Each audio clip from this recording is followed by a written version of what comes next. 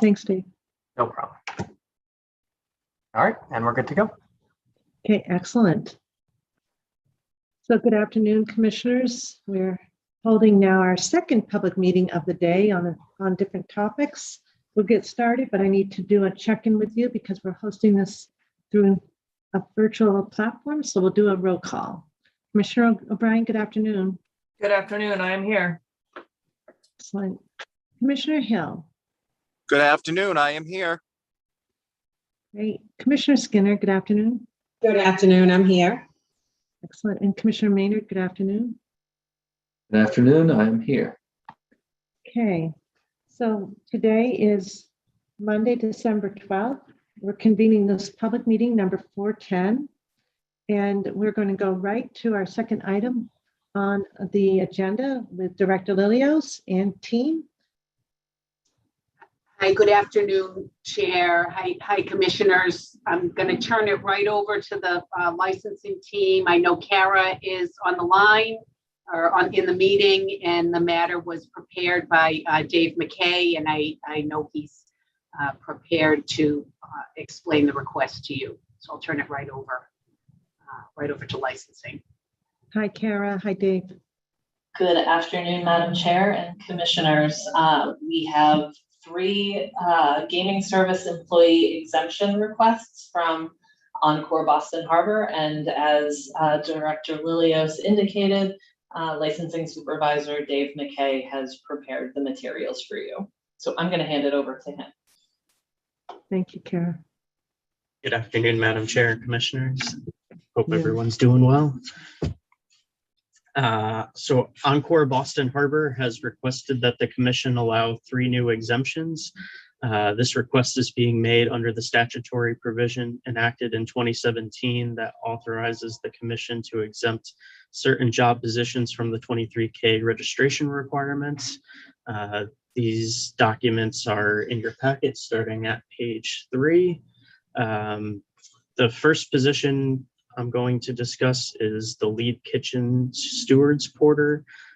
In summary, this position will be responsible for monitoring and maintaining cleanliness, sanitation, and organization of the kitchen. This position is being offered for a promotional track for the existing kitchen stewards porter position. The next 2 positions are a full-time and part-time equivalent. This is the car dealer position.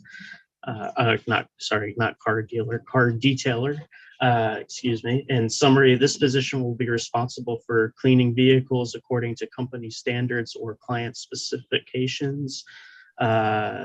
This may include, but is not limited to, performing detail inspections, thoroughly washing the vehicle, buffing, waxing, vacuuming, steaming, and keeping records of the condition of the vehicle. For all positions, Encore has responded in the negative to all criteria identified on the gaming licensee certification. This submission from Encore also indicates that the position would have no supervisory responsibilities.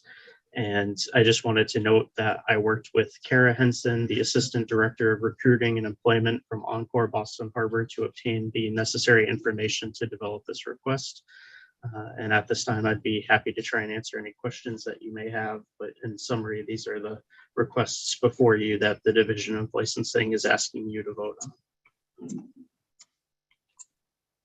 Questions for Dave?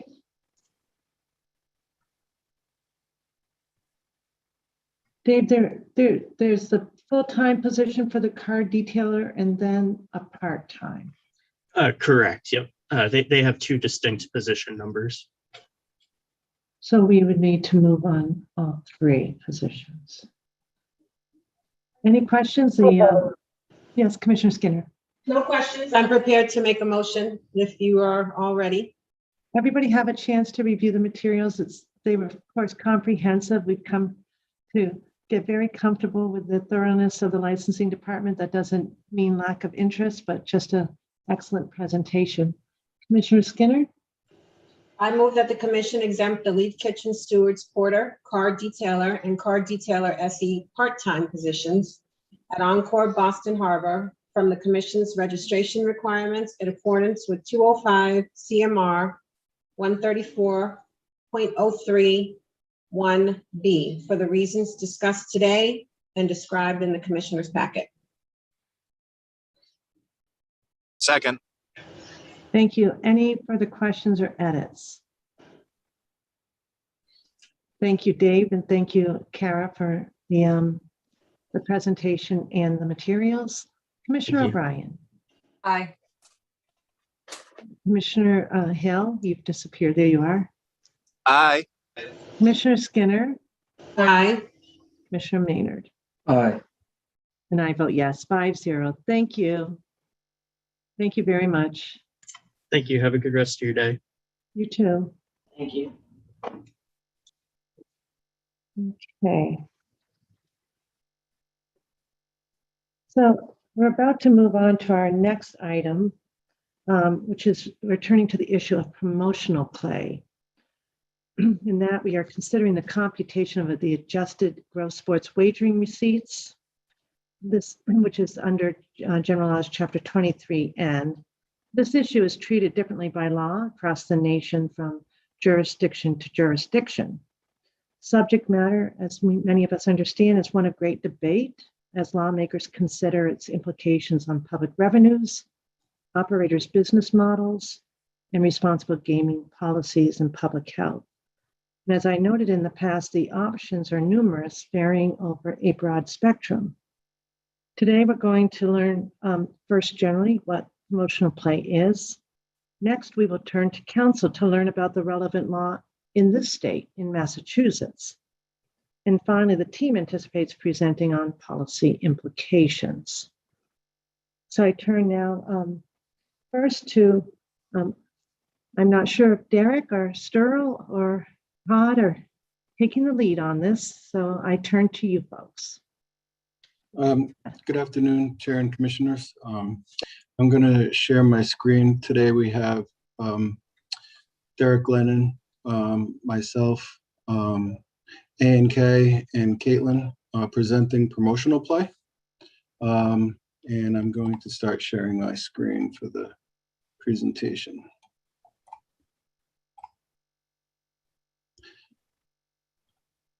Can everybody see that? Yes, Sterl. Yep, we're all set. Okay. So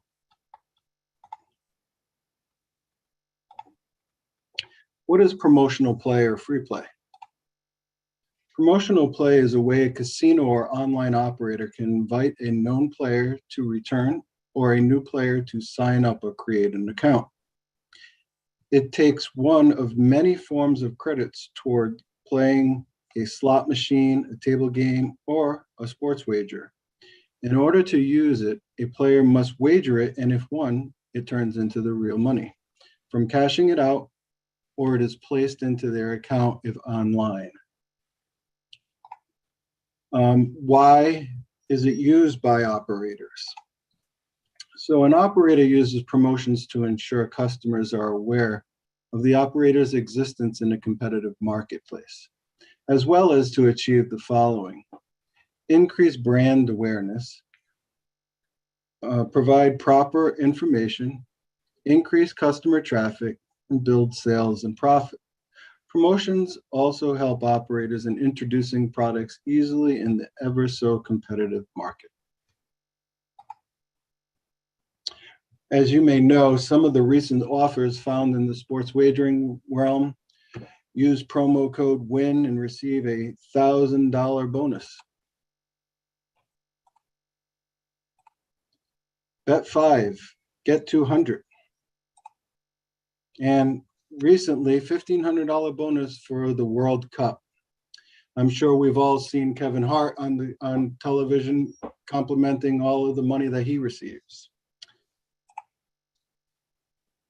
States that allow and don't allow promotional bets to be deducted from a taxable win.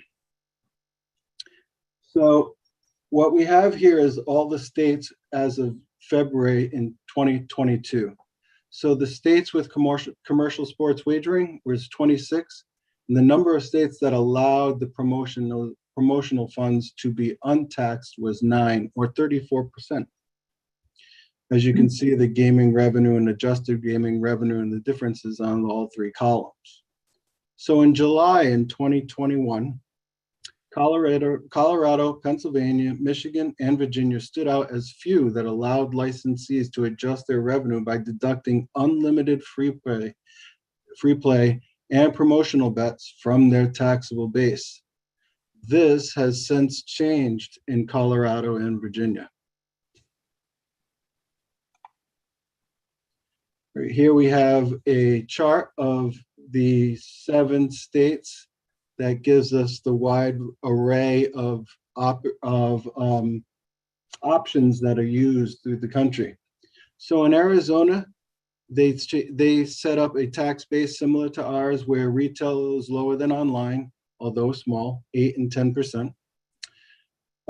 They are allowed to deduct up to 20% of their revenue for the promotions such as free bet in the first 2 years. So that in discussions with Arizona gets tiered down in years 3 and 4 and 5. Colorado has a straight 10%. They were the first to allow a total deduction of the free play, but now through legislation, which you will see in the next slide, they are setting up a tiered system. So Michigan is 8.4% for both operators. They can deduct all of the free play that they want from the licensee's handle. New Jersey has an 8.5 and 13%. And they similarly have, they have something even different, more different is that in excess of $8 million or 12 million for the online books, they can reach a certain specification for their deductions. So New York has the highest rate at 51%. They don't allow any deductions of their promo play. Pennsylvania is 36, and they can also deduct all their promo play.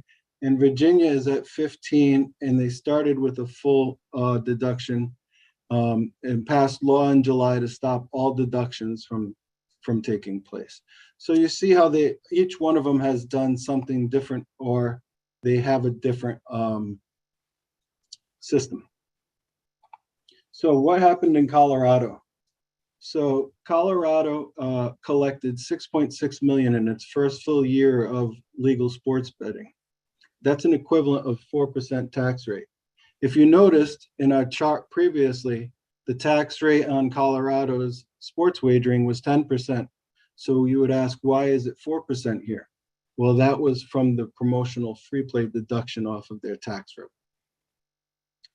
So for comparison, New York generated 216 million in tax revenue in just 4 months. So one operator said this is just equal to more than 100% net tax rate. Colorado's detailed changes to promo deductions. So what they did is they found that they weren't getting their taxes, they were only getting a 4% return. So instead they went back to legislation, and now from January 1st, 2023 through June, they can only deduct up to 2.5% of their free bets. And then of course, it goes tiering down to 2.25 from July 2024 to June 2025, then 2%. And then finally in July 1st of 2026, they will only allow 1.75.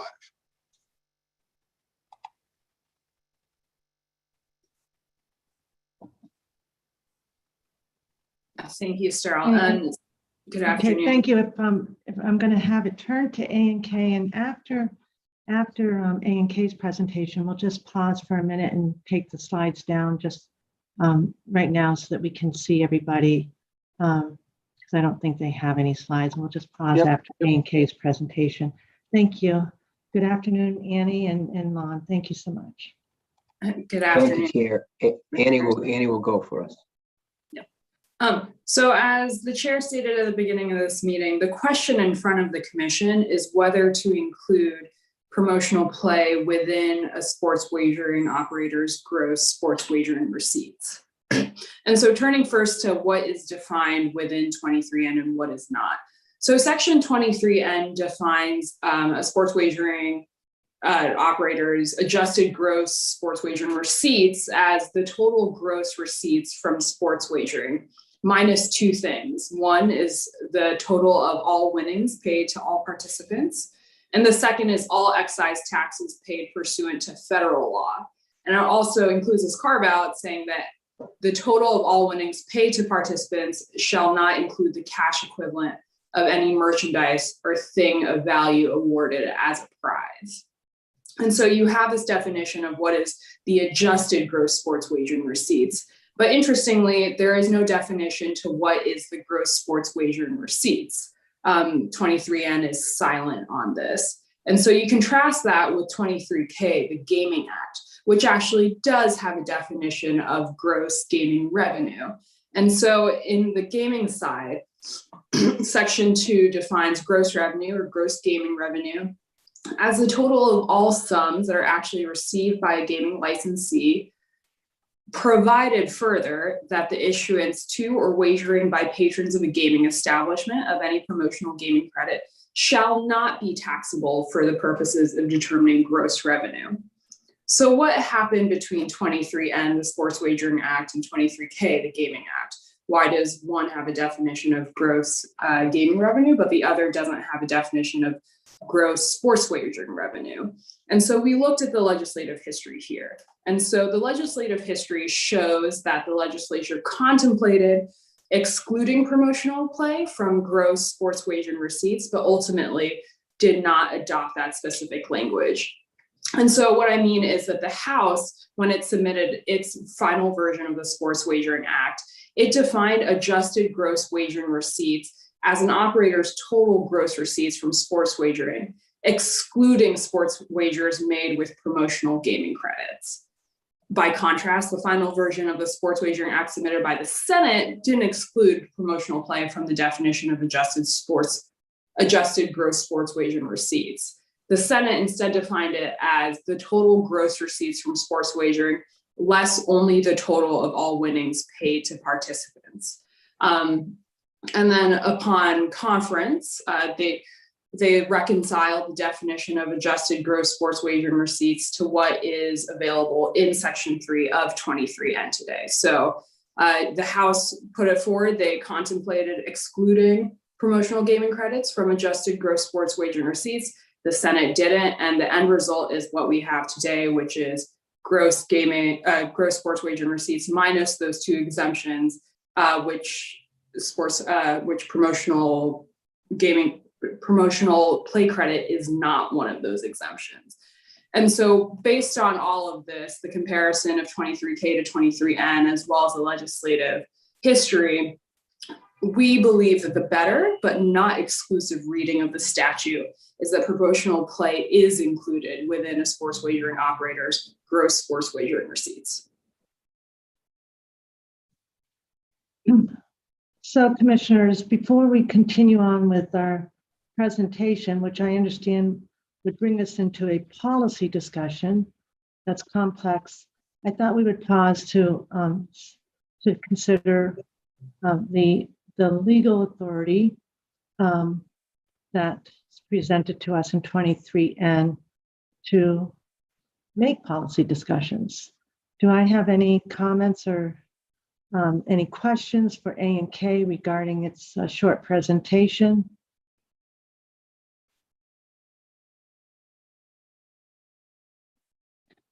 So, commissioners, we can continue with the policy discussion if we believe that that's going to be relevant for our consideration in the end, or because we're curious, or because we do affirmatively adopt a decision around the interpretation of the statute that would allow us to make a decision, or do we just want to go forward to hear the presentation that our team's worked on?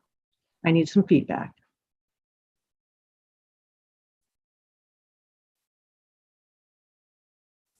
I would like to. Well, Commissioner Oh, O'Brien? go ahead, Brad. Nope, go ahead. For me, my questions are more not in the legal framework, but so much the policy considerations in terms of what guardrails we would want to put up about promotional play, which is, we haven't had the opportunity to have those conversations. That's where my head is at this point, not so much sort of the framework that was presented to us by A&K. So are you saying that, are you saying guardrails that we would put up around promotional play and not the implications on the tax rate, Commissioner O'Brien? Correct. I don't need any further information on the tax aspect. I'm just curious to have more of a discussion on policy questions about whether we're going to be further regulating promotional play, just in terms of what could be offered in Massachusetts. That's where I'm coming from. So I'm not sure if that's what is being presented today, Derek and Sterl. Would you say that your focus is on, should we have any kind of impact on the implication that's before us, which is whether or not we can, I guess it really was, I want to frame it, whether or not the adjusted gross sports wagering receipts includes promotional play. Do we want further guidance from A&K on that? Are you saying you're settled for that, Commissioner O'Brien? Yeah, I'm satisfied. I'm satisfied with that. I don't need further information on that. Which means that promotional play would not be deducted. Correct. Okay, It is not. so that's Commissioner O'Brien's position. Commissioner Hill? I was going to suggest that we hear from the staff and what they have to present to us, because I want as much information as I can get, because I'm still learning about the entirety of this subject matter. Okay, Commissioner Maynard or Commissioner Skinner on the legal framework first, just as we get, I'm sort of taking a little bit of a temperature here, but we will absolutely honor that, Commissioner Hill. Yes, if one person wants to hear, absolutely. Commissioner Skinner, do you have thoughts on the legal analysis while we have Mr. Povich and Ms. Lee here? No questions. I think it's pretty clear. I appreciate the presentation. So yeah, like Commissioner O'Brien, I'm prepared to move into the policy discussion, but also would like to hear from staff in terms of what their recommendation might be.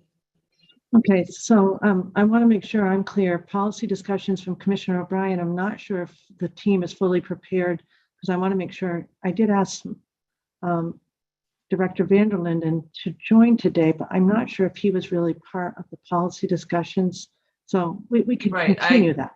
Right. This would be sort of the jumping off point. I would envision us having to circle back on this. Okay, thank you. Yeah. Clarification. Commissioner Skinner, are you thinking policy, tax policy, or are you thinking the policy that Commissioner O'Brien is thinking? The policy that Commissioner O'Brien's thinking. Okay, thank you. And then Commissioner Maynard? I appreciate A&K's presentation. I think that it's comprehensive.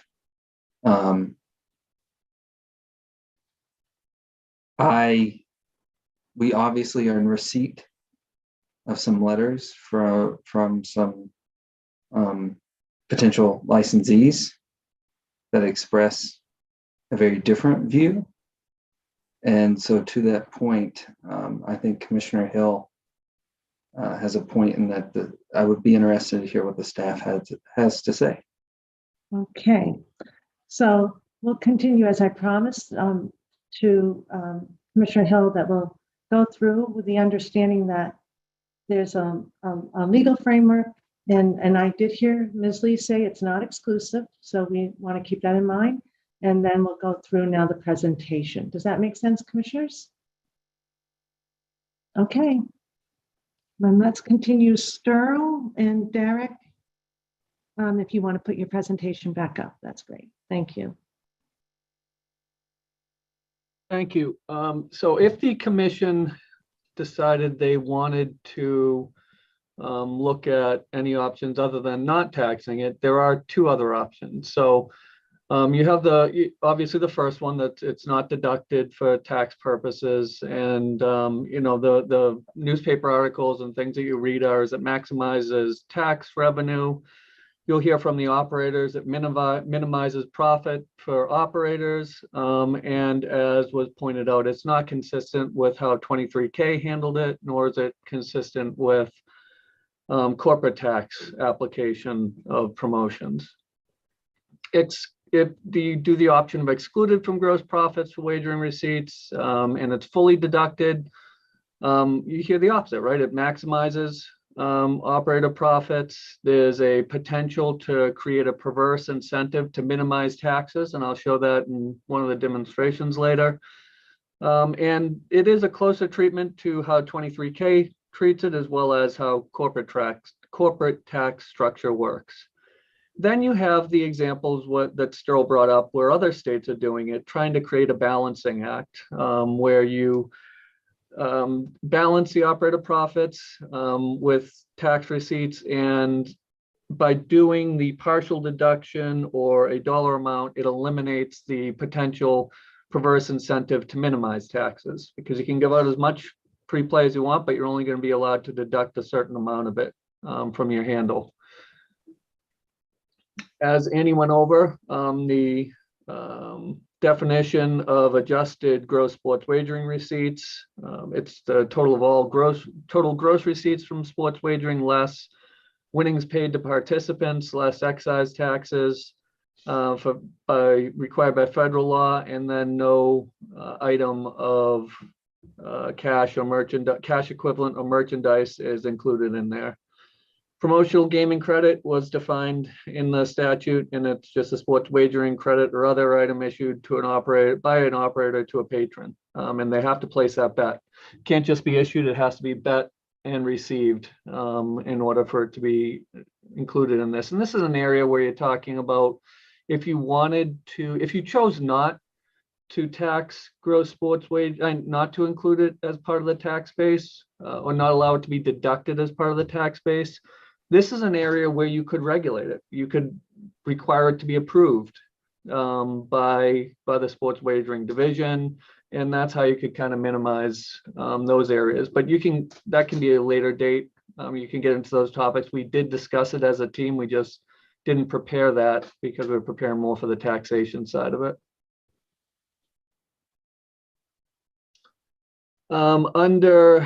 So these are the formulas that you would use for each of the three scenarios, and I put the highlights in place because adjusted gross sports wagering receipts is gross sports wagering receipts minus the payouts to players minus the federal taxes. If you did it where it's not deducted, it stays the same, right?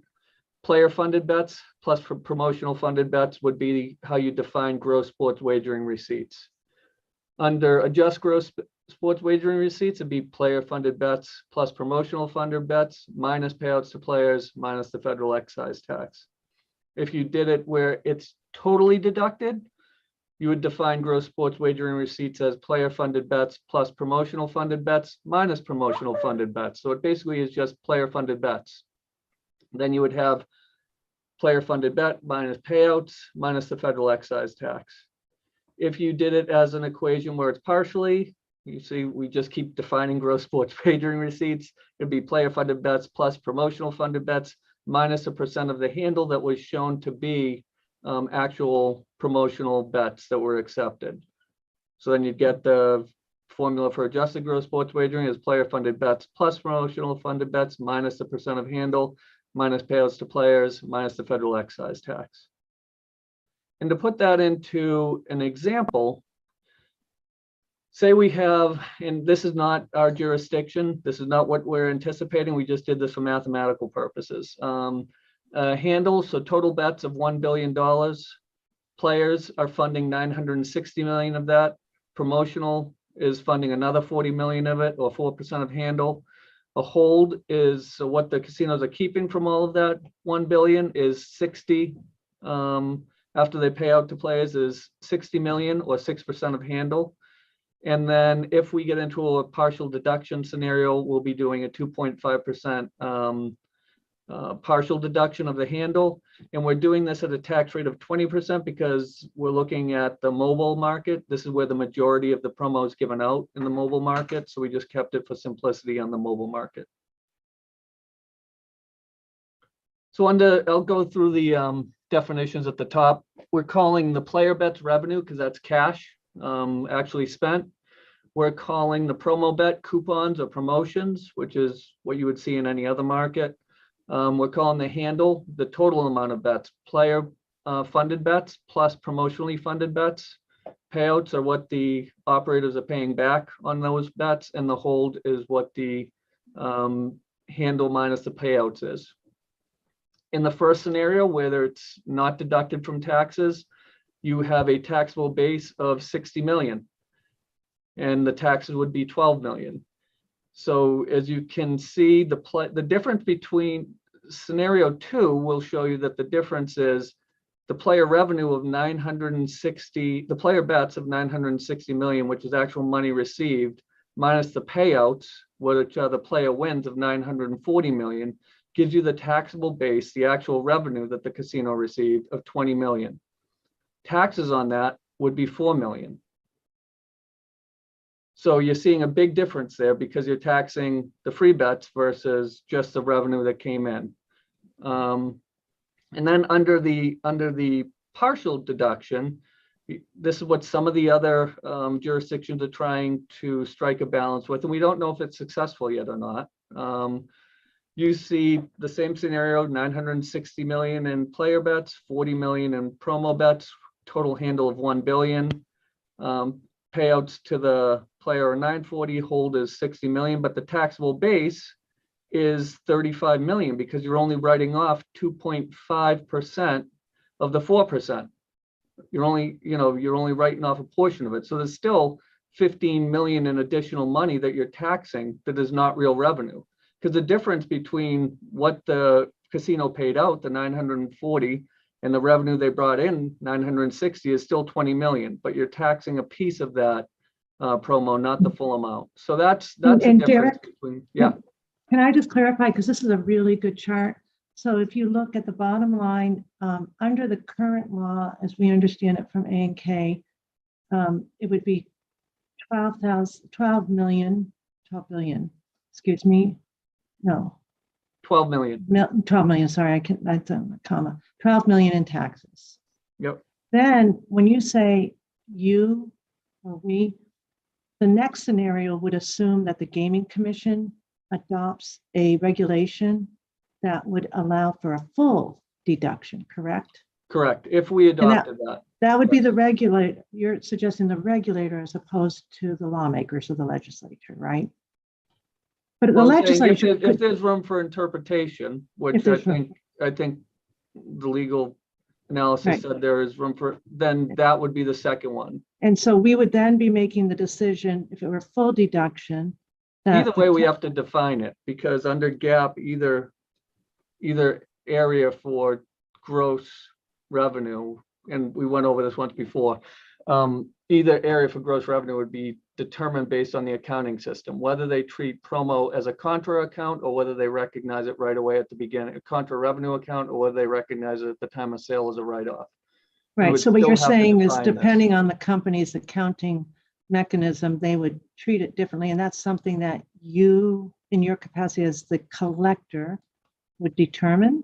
No, we would want to make sure in the regulation, it's clear one way or the other, how it's defined. So it doesn't matter how they treat it in their accounting system. So in this case, though, you can see that that deduction would be the ultimate revenues going to the Commonwealth would be reduced by 8 million. Correct. Okay.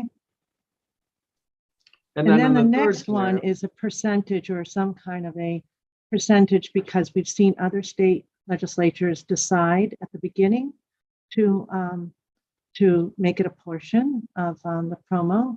And now we're seeing, as Sterl pointed out, Colorado has gone back to the legislature to fix their issue because they're seeing that their revenues have declined in a way that they didn't anticipate. But the legislature has gone back and is now doing some kind of a step percentage down. But in this case, what you're showing is that this measure would bring it back up. Yeah, it would bring it up a piece. It would bring it up some, and you can play with that 2.5, the 1 point. It just keeps changing. And we do have a dynamic model if you'd like to walk through it. Yeah, that would be great. Absolutely. I've been waiting for this, Derek, so thank you. Absolutely. So Sterl, if you pull that down, I can share my screen. Thank you. Can everyone see that? Yes. Can everybody Do I read need- it okay, or do you want it larger if you can make it larger? Is that better?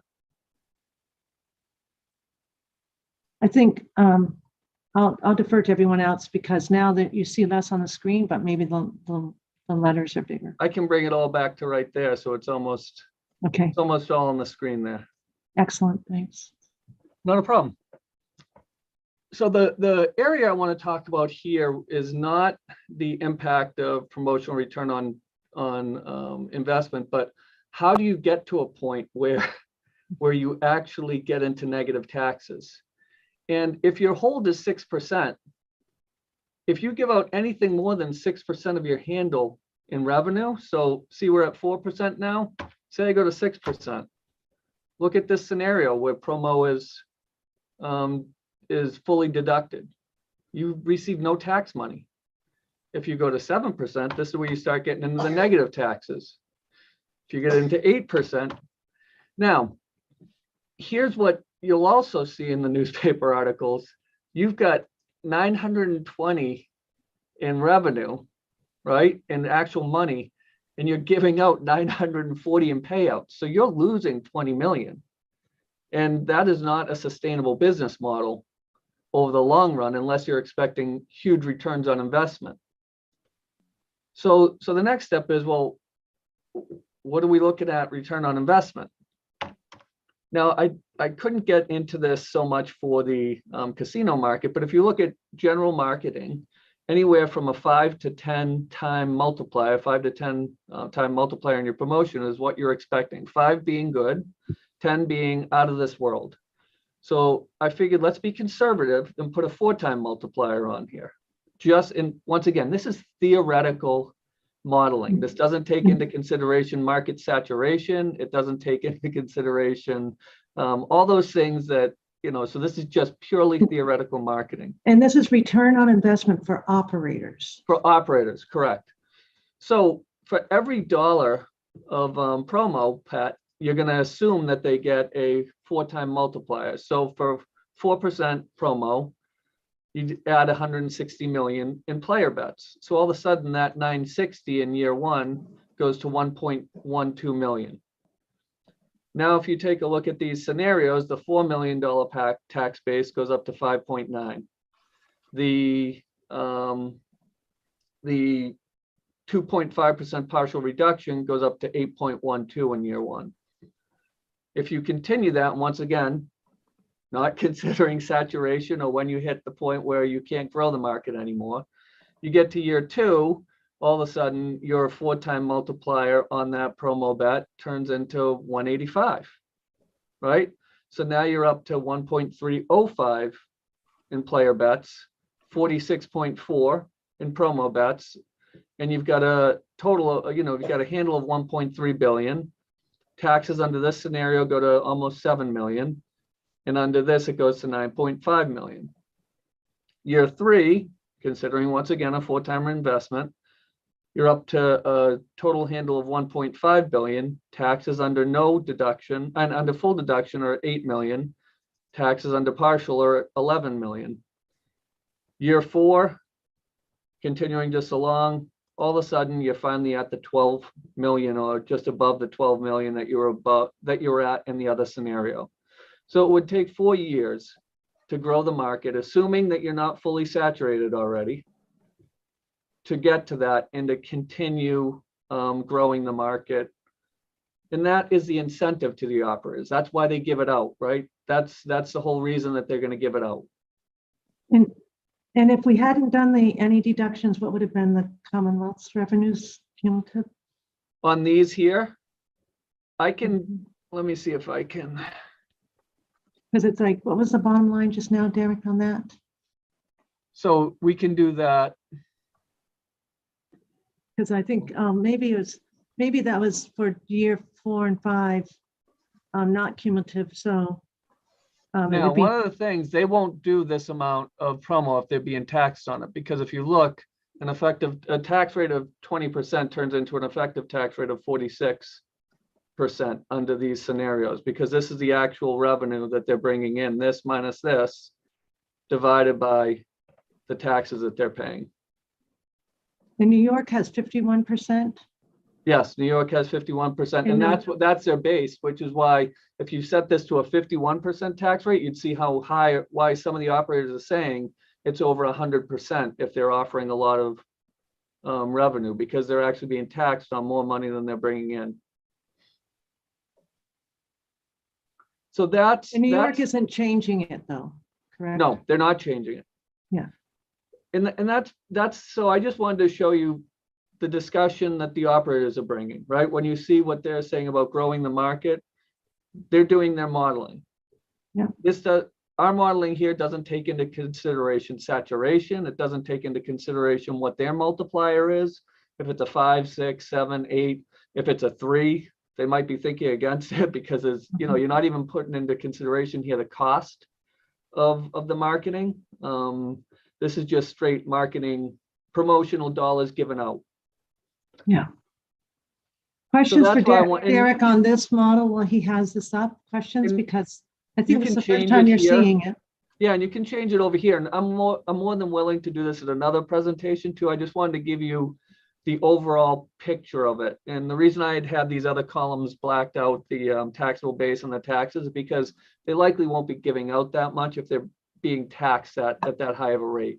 Their promotions may go down, which is fine too, right? Because once again, that gets into that whole responsible gaming discussion and everything around those perspectives. But I'm just modeling out for you the same things that they're doing behind the scenes to show you why they would be asking to have it deducted.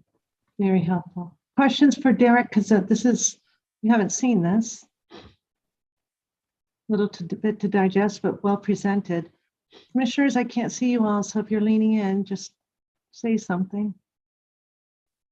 Okay, Mr. Derek. O'Brien, you're muted. Oh, thank you.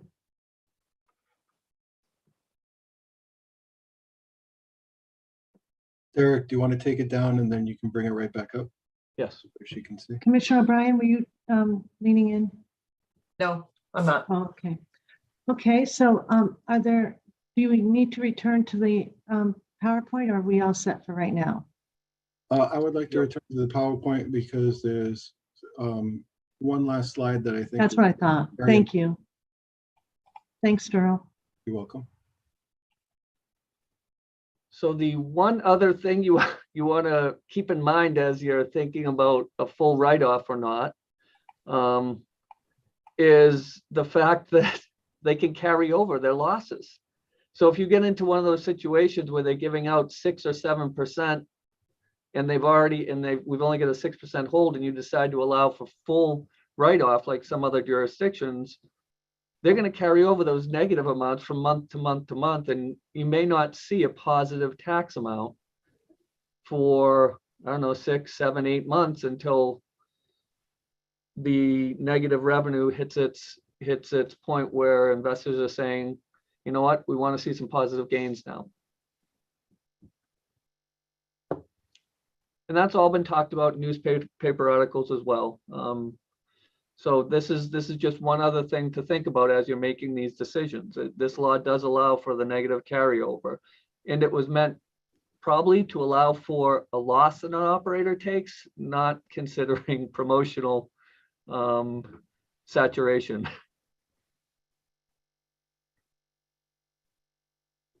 Okay, so questions on the policy discussion around the tax implications and how we would define adjusted gross sports wagering receipts.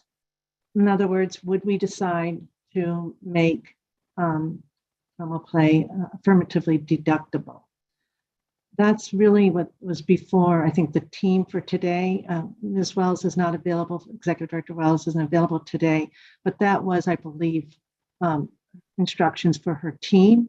In terms of the implications of promo play generally, I do think that that's another discussion, Commissioner O'Brien, but we did ask, I was able to ask Mark Vanderlyn, and if he, and I see he came, but Mark, I don't want to put you on the spot, Director Vanderlyn, but just generally, I know promo play has come up in with respect to the sports wagering white paper. We've looked at it in perhaps the advertising and marketing context. It's been referenced today highly. Do you want to add anything with respect to your observations? Yes, good afternoon, Madam Chair and Commissioners. Yeah, I mean, there's so much that we could cover kind of in terms of the responsible gaming, and there were certainly pieces that were highlighted in a couple of the 11/2022 risky wager series in the New York Times that specifically addressed promo play.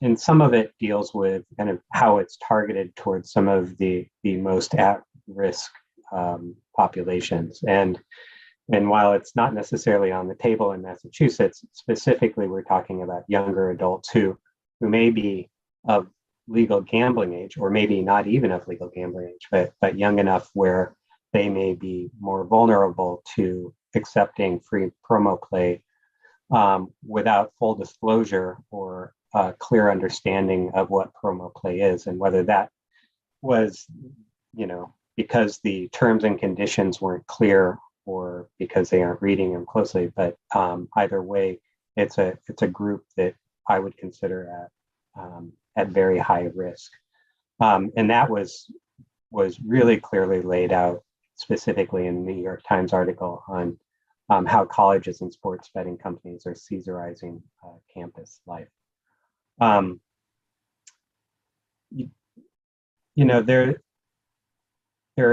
There is more research that deals with what the effects of promo play are, and specifically on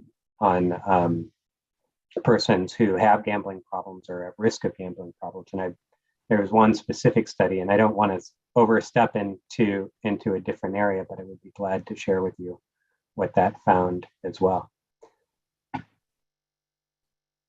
Sure. I think commissioners, we want to hear from Director Vanderlyn. Yes, I'm seeing nodding of heads. Please, Mark. Sure. So this morning I was working with Bonnie to try to do just a quick literature review on promo play. And not surprisingly, it was a quick review. We didn't come out with much, but there were a handful of articles, and one specifically was from a researcher named Hing et al. That was published in the Journal of Gambling Studies in 2017. So the results of this study indicate that there are several structural features of sports wagering or sports betting inducements, specifically free play, that poorly align with harm minimization or informed player choice strategies. And specifically, there were 12 of them, but the 4 that we felt were most relevant were that wagering inducements are likely to maintain or exacerbate harmful betting amongst problem gamblers, that terms and conditions of sports wagering inducements do not usually enable informed player choice. And I think this is what I was speaking of, that if the terms and conditions are vague or not present at all, that can lead to further gambling harm, especially among those who would be considered at risk. And the consumers were unlikely to see RG messaging accompanying any type of sports wagering inducement offer. And that, much like the New York Times series found, that minors or those younger adults are most likely or routinely exposed to advertisements of sports wagering inducements. So that was just a quick summary of, and I think that the other research that we found sort of supported those specific findings. There's a few other pieces here that actually then pivot back to the tax rate. And there was an interesting article about Virginia, who moved from allowing promo play without tax or deductible to taxing it, and its specific effect on funding that went to problem gambling. And I think that as we're considering this, I think it's important to think of what its effect would be in Massachusetts, specifically on funding that goes to its different sources, including the Public Health Trust Fund.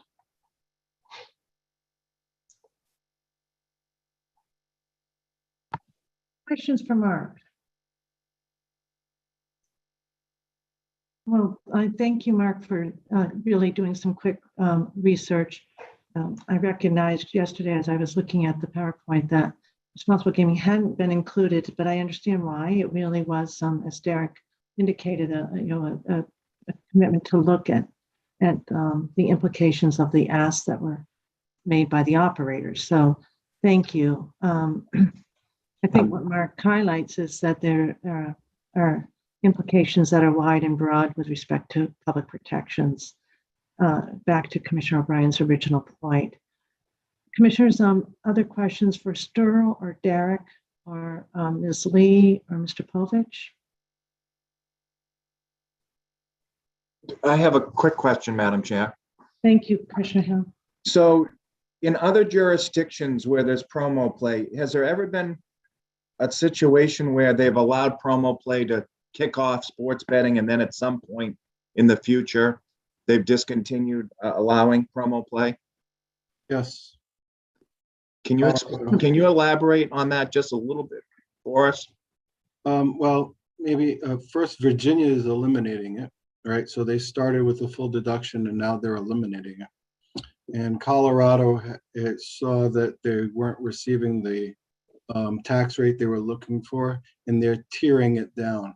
So they're not totally eliminating it, but they're reducing it to a 1.75 percentage. And again, Sterl, they being whom? The regulators of Colorado and Virginia. Is Now, that accurate? legislation was passed, but they were reporting on their tax rate. So it was Sterl, are you certain that it's the regulators who are making that change, or could it be the legislature? Well, I'm sorry, the legislature passed the law, but they especially in Virginia, contacted the regulator and asked them specifically why they weren't receiving the tax rate in which they were taxing it. And so the regulator came back and said it's the reduction of promo play. And so it's the state changing it, the legislature changing it? It was both state legislation in Colorado and Virginia. Yes. Yeah. Thanks. Can I ask a question, Madam Chair? Based on your Commissioner question. Maynard, yeah. This could be for Sterl or for the legal team. Are there any states where this was left up to the regulators to make a decision like this, or was it the legislature, in our case, the general court, who made and had the final word on the taxation issues? So I can say generally, I looked at. Lon, you're muted. Sorry, we did not look at other states. We took our remit to be analysis of the Massachusetts legislation. So we can go and do that if the commission wishes, but we were trying to interpret what the legislative intent on chapter 23M. Yeah, like I misspoke in the beginning, and Kathy made sure that I stated it both places was legislation passed by the state. But as I stated, the regulators were asked in both spots, and both regulators pointed to promo play as the main reason why, and worked with the legislature. Why the revenues were really impacted so significantly, So right? So that's what I thought you were saying.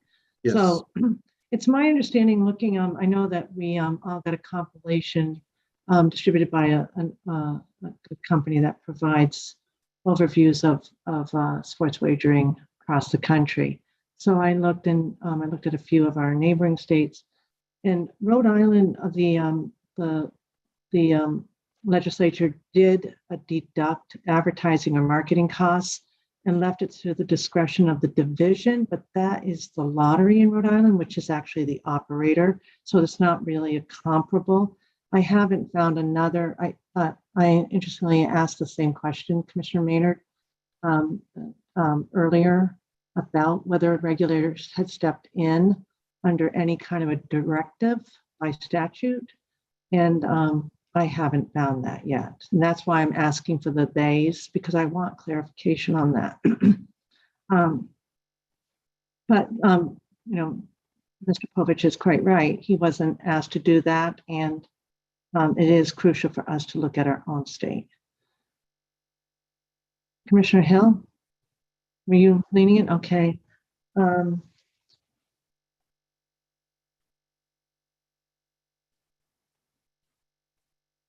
I think I asked whether the regulator had ever been directed by statute to have the discretion to do this, or whether any statute started with the idea that promo play is taxable. In other words, affirmatively said it's taxable. The structures generally across the country is the structure that we see, not surprising. We look at other jurisdictions for help as we craft our regulations. Legislature look across the country for help in crafting their legislation. And it typically, and I haven't seen anywhere where there's a affirmative statement that it is to be taxable. In other words, the implication or the assumption is that it is, unless there's an affirmative deduction. I'll tell you, my position is that as we consider the computation of adjusted gross sports wagering receipts and the relevant legislative history, which we're really lucky to have in black and white, relating to the treatment of promotional sports wagering credit, I believe, as A&K has said, that the better interpretation is to include promotional play within a sports wagering operator's gross sports wagering receipts, making those credits taxable and not deductible.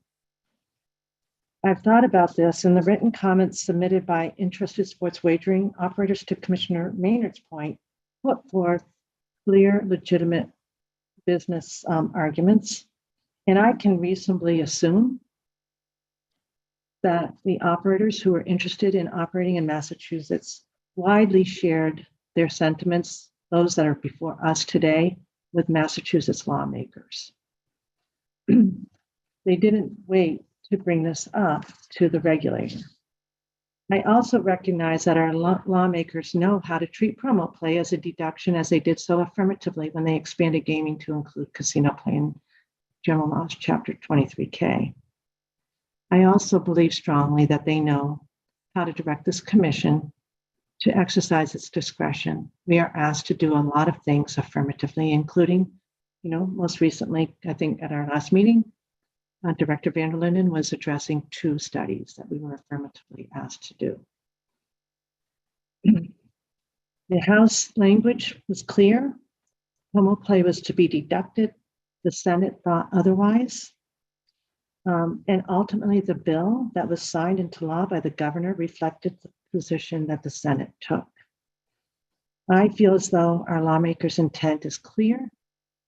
They weighed the relevant factors, including impact on tax revenues, impact on the operator's business model that Derek just pointed out, how their decision may affect the paramount goal of shifting Massachusetts residents to a regulated sports wagering platform out of the shadows of illegal betting, and they weighed the effects of promo play on vulnerable populations, particularly those at risk of problem gambling, as Director Van der Linden just addressed. I also feel strongly, from my perspective, that this agency has been asked to regulate gaming.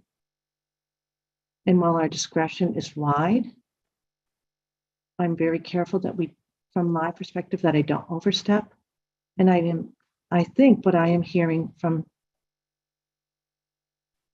Chief Lennon is that should we decide to interpret it otherwise, even if we do have the discretion, as we heard from A and K, or that it could be interpreted so, that we would become a tax setting agency.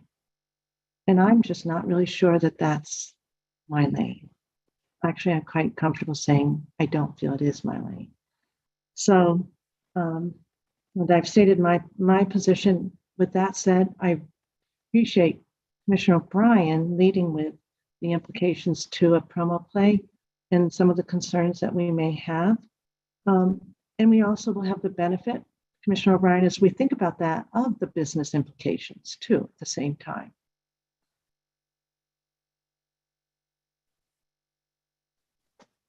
I agree with what you've said, Madam Chair. And also when you think of it in that vein, that looking at how the effective tax rate is adjusted, when you roll this in, that to your point, they set what the tax rate was. To your point, they know how to lobby and advocate for themselves. I'm sure they made all these arguments to the legislature, and the legislative history would appear to establish that the legislature ultimately, when they came out of committee, were not persuaded.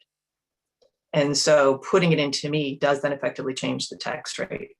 And so while we have a lot of discretion and authority in overseeing these, I don't think it goes to what would effectively mean changing the tax rates that were set by the legislature. So I'm convinced, in terms of the legal question, that we don't have the authority to be doing that. Commissioners, would you like to state your spot? Commissioner Skinner, are you leaning in? I am, thank you. I agree with much of what you stated, Chair, except I think some of those same things that you rely on to determine that the commission doesn't have the authority can be utilized to support the opposite conclusion. For instance, you talked about the industry having the opportunity to lobby the legislature. While I do give great weight to the legislative history that's been presented, I also want to acknowledge that if the legislature, or I have to believe that if the legislature did not intend to defer this question to the commission, then they would have specifically excluded the deduction of promotional play in their legislation. And I'm not daring to speak for the legislature, but I wonder how much of this could have just simply been spoken to in the legislation. Again, the industry had the opportunity to speak to it, to the legislators, and they just didn't deal with it. And again, I hope I attach some weight to the fact that the legislature didn't say, no, this cannot be done. So, I know we have a former legislator in our midst, and I'm just hoping he could shed some light on, kind of how that process works and how much, we should be relying on the fact that the bill just didn't speak to promo play at all. I will also ask whether it's generally acceptable for members of the legislature to give public comment on agency regulations. And I just, if the answer to that question is yes, I want to note that we did not get public comment from any legislator on this particular question. Ultimately, I am concerned about the tax implications for the Commonwealth if we were to include promo play as a deduction, but I think there are strong arguments both for and against here. And I just don't know, I don't know how to decide at the moment. Commissioner Hill or Commissioner Maynard? I defer to Commissioner Hill. Thank you, Commissioner Maynard. And thank you, Commissioner Skinner. The question that you've asked is one that I could go on for 2 hours about. one that you don't want to be bored listening to, but one that concerns me in this regard. I was a House member that passed this bill almost 2 years ago with the language of the deduction. And we were convinced at that time that it would help the businesses or the licensees that were coming before us. The Senate did not adopt the language as the chair has mentioned.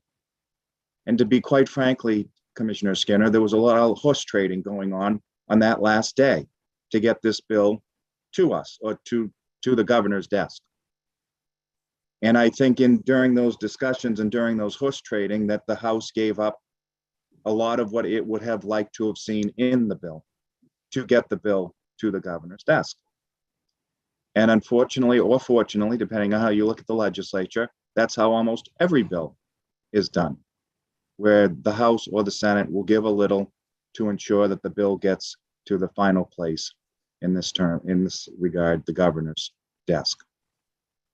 There was a saying, and I'm paraphrasing, that you never want to see how a bill becomes law.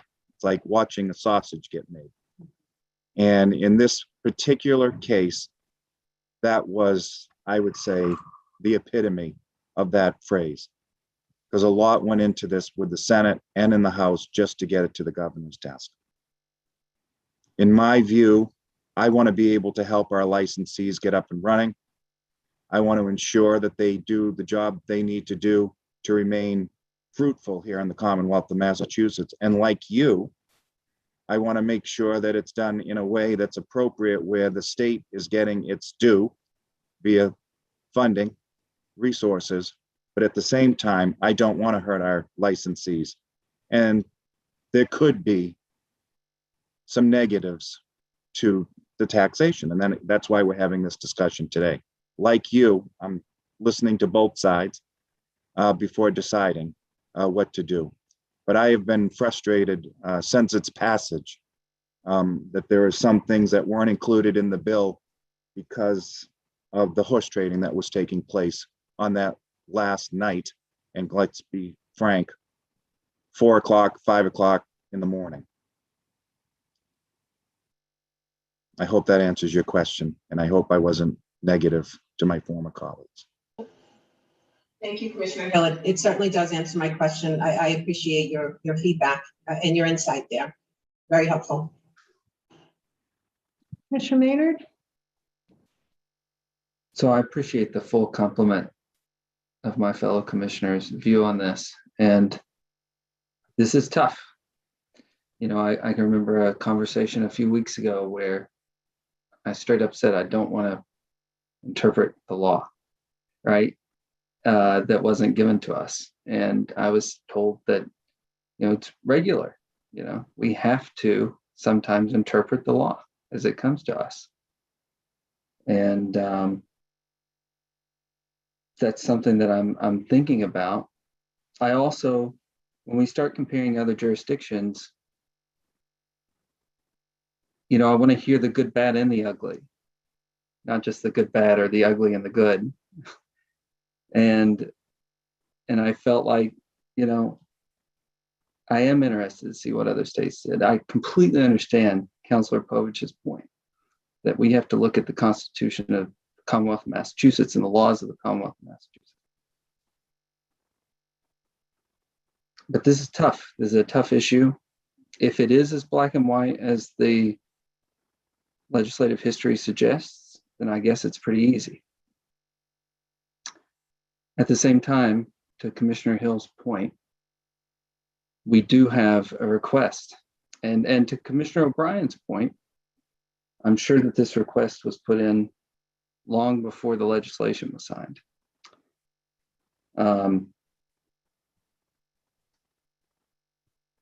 I don't think that I'm as black and white on this issue, Chair, as your statement was. But I also don't think that I'm prepared to make a decision.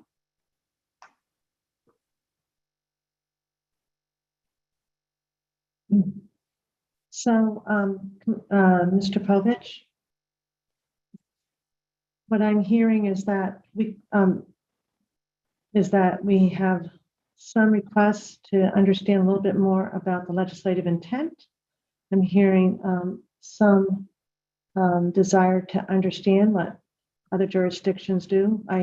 As I said, Commissioner Maynard, I asked for that as well and have been doing sort of my own homework on it because I wanted to have a little bit of background today for it, but it hasn't been exhaustive. And honestly, I wasn't looking at it for support for my position. It just, I only have what I have, and I haven't yet found anything that suggests, as I said, where, I think to Commissioner Skinner's point, I haven't seen, because I looked for it, but again, it's not an exhaustive search, where a statute was written where they start with the idea that promo play would be taxed, that it's usually the structure that we see in 23N, where it's the adjusted gross sports revenue, wagering revenues or receipts with the applicable deductions. Some are more deductions than others. We have just the winnings and as we learned in the presentation, the winnings, and then the federal excise tax, and then without including the gifts, which right away to, I think, an early question is what exactly is promo play? I had to make sure it did include what's in the statute. Promo play is defined in the statute, which is interesting, and probably, again, evidence that, to Commissioner Hill's point, that this was done in the early morning of, I'll point out my birthday. And I was happy to be celebrating my birthday quietly while I monitored the Massachusetts legislature's activities. It is not the first time, Commissioner Hill, that a bill has been passed at 5 in the morning. And we can both attest to that. And certainly I know you had those all-nighters lots of times when you were a legislator. And as I said, in this case, we have the ability to see the language that was in. We had that House language for a long time in front of us. And then it shifted, where the Senate had a different proposal, and we all waited to see, as we did with so many aspects of the bill, to see what emerged as the final product that the governor signed into law. So, I am hearing, Mr. Povich, that there's a desire to understand more generally what happens across the country.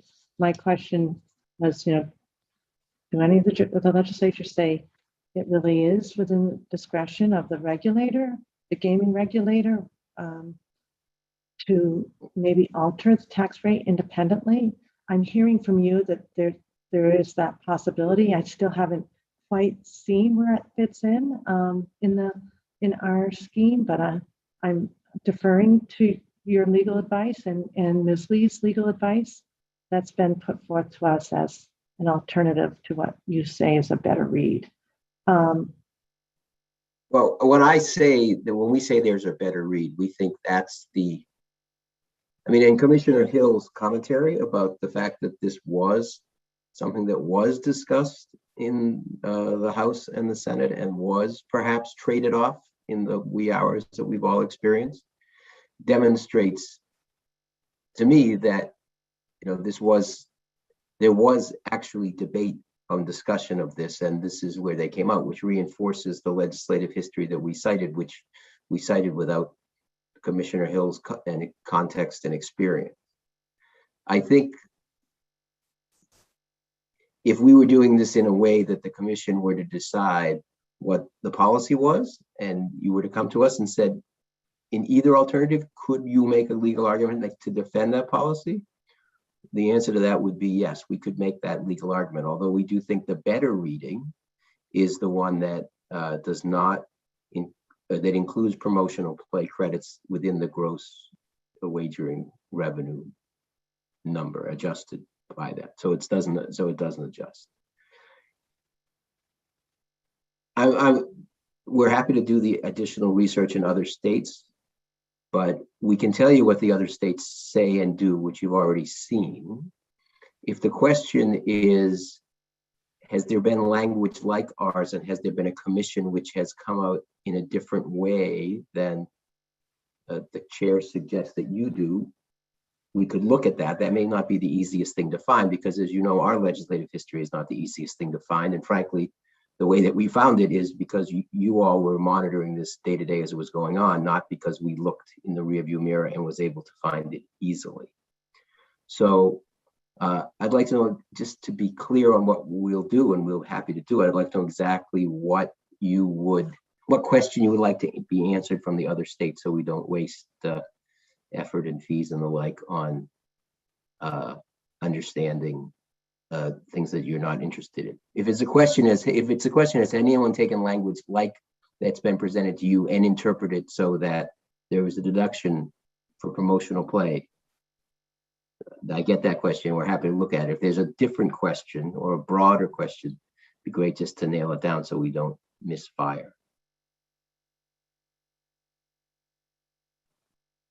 Commissioners? Commissioner O'Brien, are you leaning in?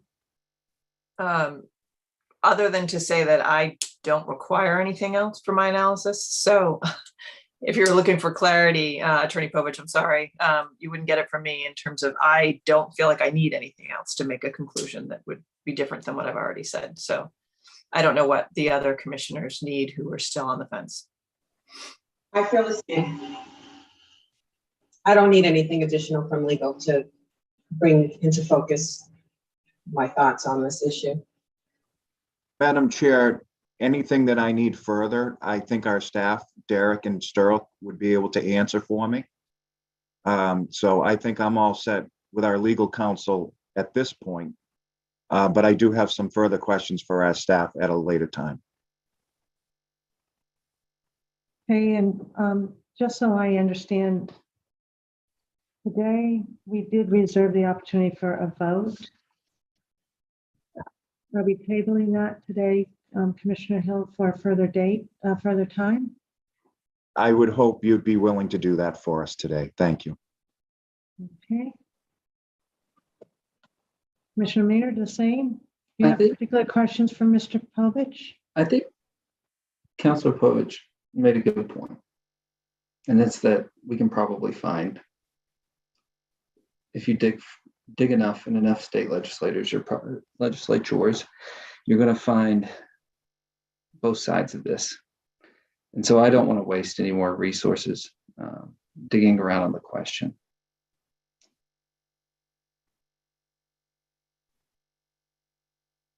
That's where I am. So in terms of digging around the question, is that because you are adopting a particular interpretation that Mr. Povich said, or are you still wanting to figure out the policy implications? Should we decide that we're going to go that route? What are you looking for more information? So I'm just trying to figure out how we can be helpful here and make sure everybody feels heard. Yeah, no, Madam Chair, I mean, this is a lot of information. And this is, we don't have the benefit, and we've said it over and over and over again, of listening to this discussion behind closed doors. This has to be done in the open. And, I'm thinking here in real time. I would like to say that I had already that I walked in with a preconceived notion of what I was going to do, but I didn't. And I think that, I've got to think on this. And, if we call the vote, I'll be ready to take a vote today. But I'm also happy to table it, as Commissioner Hill has asked. Okay, so we can table it and put it on for future discussion. And to be clear, I suspect that some of us have been thinking about this, but I don't think anyone ever comes to this very talented group of commissioners with a closed mind, because as I think I've said it, I'm even if I think I may have an idea where the policy, where a discussion may go, I'm always amazed by the richness of the discussion, so we all benefit from it. So even though it's hard that we can't discuss, as a group, with even our lawyer, we can't discuss with our group with our lawyer. And I think that's a really important acknowledgement that we have to get our legal advice in this forum, that I think we are able to have this rich discussion today. So it sounds as though we should table the discussion. And Commissioner Hill, I do ask if you do go and hear more from our team, that you come back and you share it with all of us, so that we get the benefit of that and the benefit of your questions, to make sure that we are all truly informed of all the concerns that each of us has. That makes good sense. And I'm not asking to table this for 2 weeks, 3 weeks. I can get my answers within a few days, and Yeah, we should so be able to address this very quickly. we should never move on anything unless we feel confident about the information that's presented before us. And then if we can also invite, this will give a chance for Director Vanderlyn to add anything in. I think, again, as I pointed out, I think that there are many implications. And again, the ones that were presented to us in written comments they present very legitimate issues. There just are some competing, and many have to be weighed. And my thought is that I'm going to give the deference to the lawmakers at the end of the day. But again, I'll look forward to the conversation that we have in the future. So with that, yes, Commissioner Skinner. I had one other question, if that's okay. Yes. I had asked about legislative history and intent early on when I was initially meeting with the finance team around this issue in my capacity as treasurer. Is there any other information that is available that would assist with this question of the legislative intent? Is it really just that one version of the bill included the language, the next one didn't? Is that all we have to go on? Well, if I can, as you know, there's no recorded legislative history in Massachusetts. We don't have like the congressional record or anything else. Sometimes people often resort to what State House News writes as sort of a contemporaneous, credible journalistic source.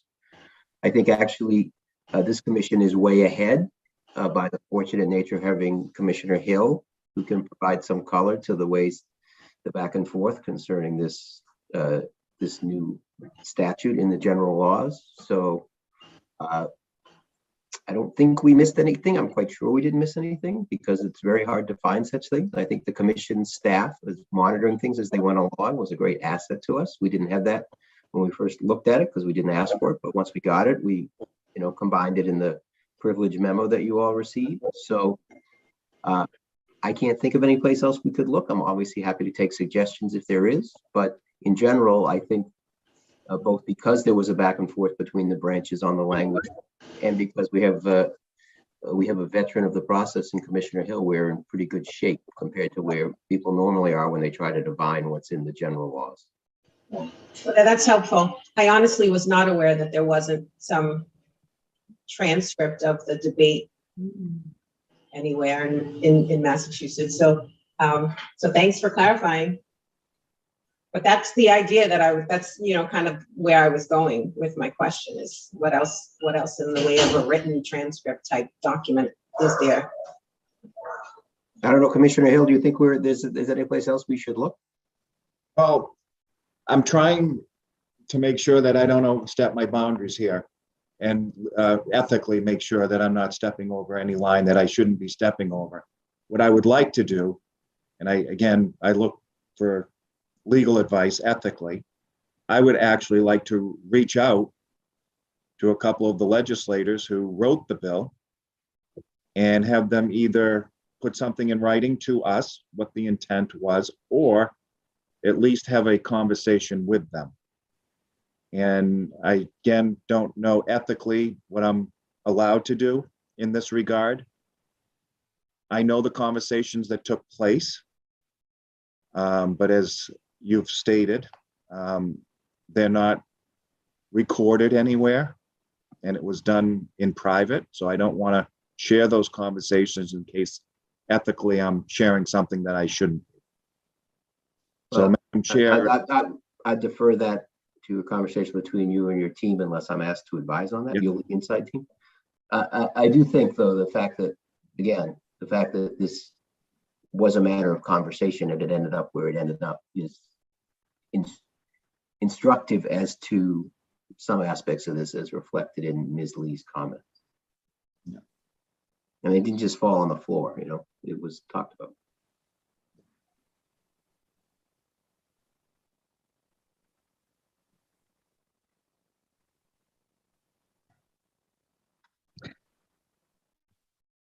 I don't know, Councilor Grossman, if you want to advise Commissioner Hill. I know Commissioner Povich, Councilor Povich is looking at it from a different lens than you are our in-house counsel and would give advice on these matters. I'm certainly not aware of any prohibition against asking legislators questions. The one thing to just be aware of here would be to ensure that they know before they answer any questions that you may be sharing what they tell you publicly. Yeah. Just to make sure that they're willing to speak on the record. And then it's worth whatever it's worth. I mean, you're getting one or two people's opinions about something. So, I mean, just from where I stand, that's my concern with that is they went into committee and they hashed it out, and then we have a bill. We had a lot of discussion about temp licensing. We didn't ask to go back and see what the legislative intent was and to ask people, gee, on the QT, would you tell me or make a public statement? And my concern is, are there certain people willing to make statements and then they have sway where the people that didn't, that maybe prevailed in committee, now their intent isn't out there. So I've been in the position in my career of having to interpret legislative intent, never in a position like this where arguably you could have a past participating member go back.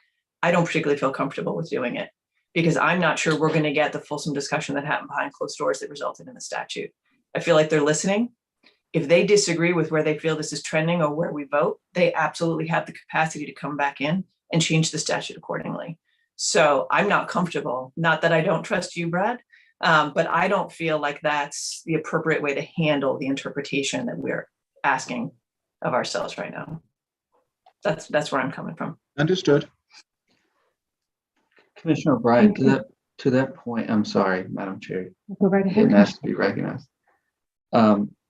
You know, when I was in law school, it was in vogue not to look at legislative history at all to be dispositive, even at a regulatory level. So, I mean, I would go even further and say, yeah, I have a problem with trying to figure out what they've traded and not traded and how this came out, you know. And that's why I want to know the bill that passed, the one that got through conference, the language as it is. Do the regulators have a right to interpret this tax issue or do they not? You know, without looking at the House version, the Senate version, and looking at it at its language, you know, what can we do and what can we not do? And the reason I'm wrestling with this in real time, kind of embarrassingly in public, is that, right, obviously the legislation says something. I'm hearing that there are people who have interpreted the legislation to mean a certain thing.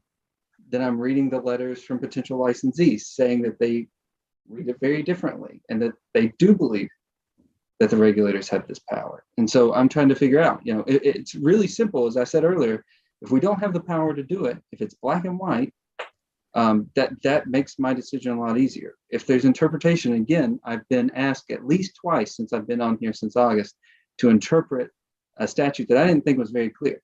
And by the way, let me be clear on that piece, is that I'm happy to make decisions where we have authority to make decisions.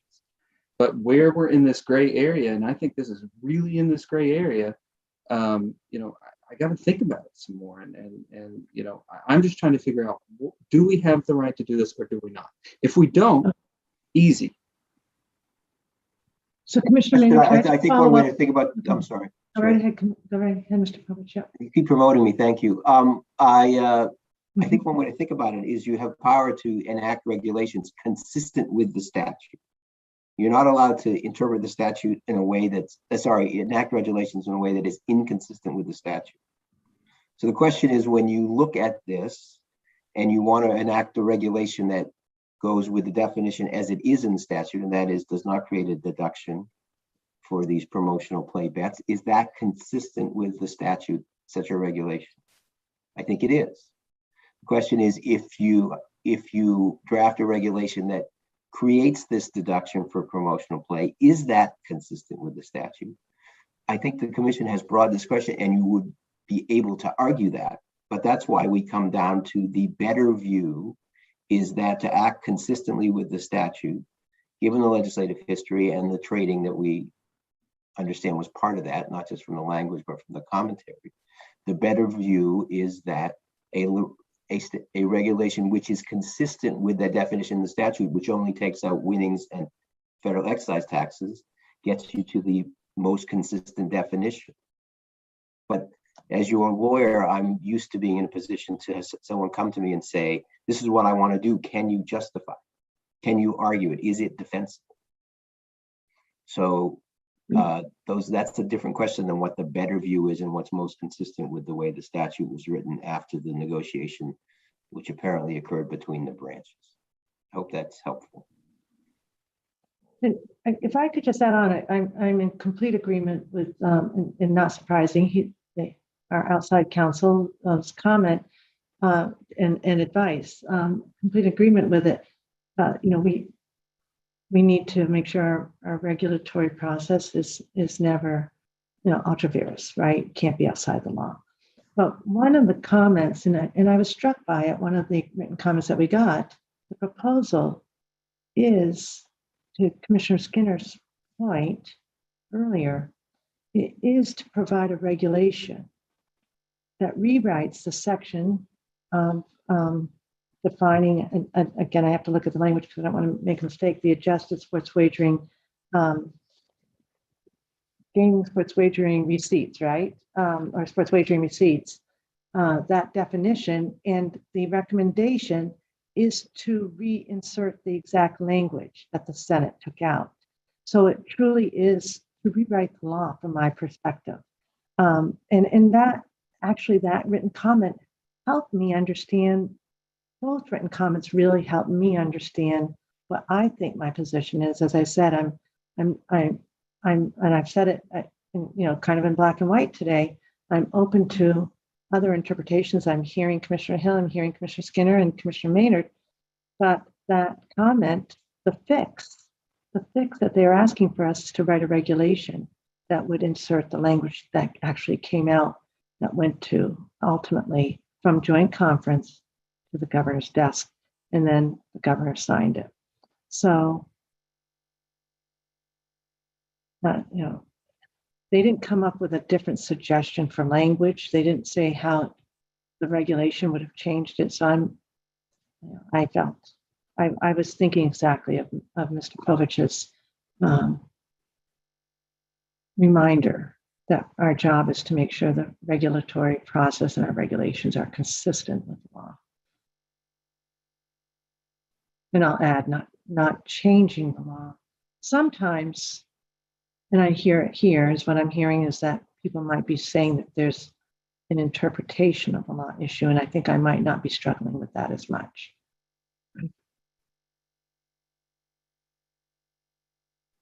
So it sounds like we're going to, with some added guidance from Mr. Povich, we'll table this to a future meeting, commissioners, and some questions will be answered. Commissioner O'Brien, I thought you were really helpful in explaining what you think might be helpful advice for Commissioner Hill. I appreciated that advice as well.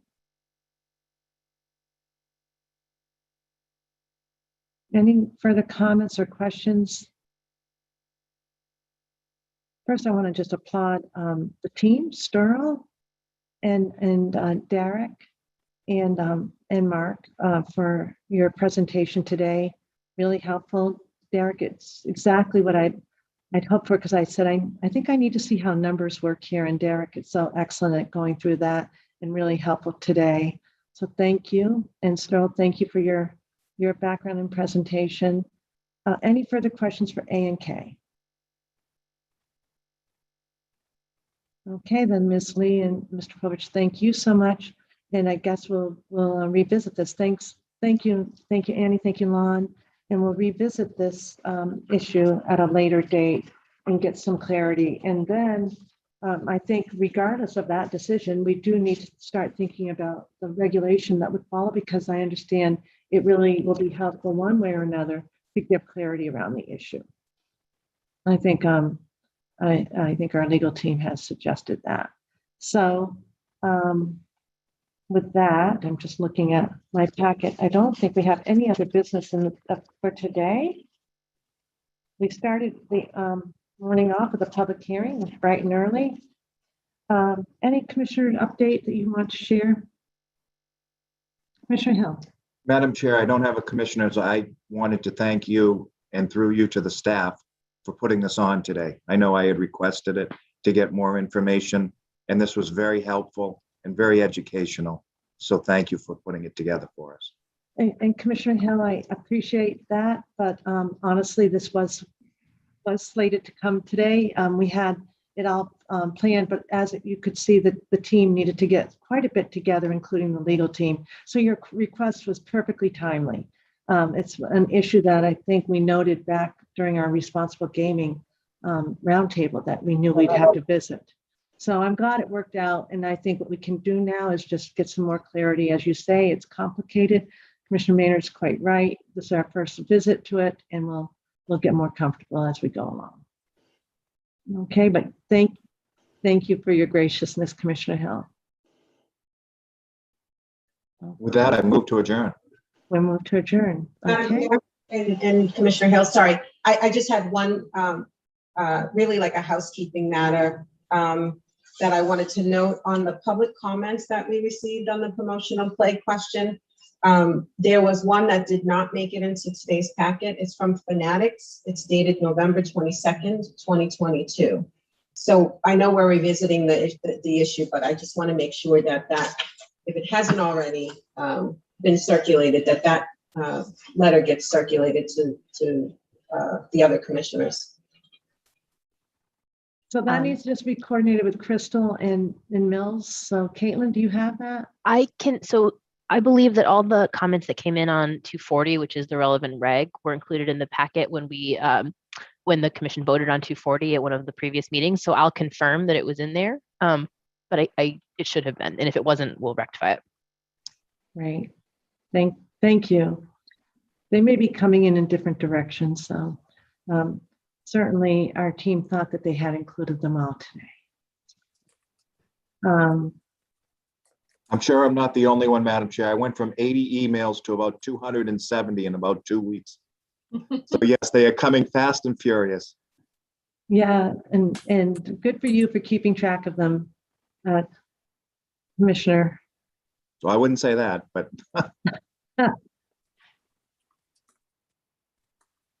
anything else, commissioners? We have, I think, a motion to adjourn, but I'm not sure if we have a second. Second. Thank you. Any further edits or questions? Okay. Commissioner O'Brien. Aye. Commissioner Hill. aye. Commissioner Skinner. Aye. And Commissioner Maynard. Aye. And I vote yes. Thanks, everyone.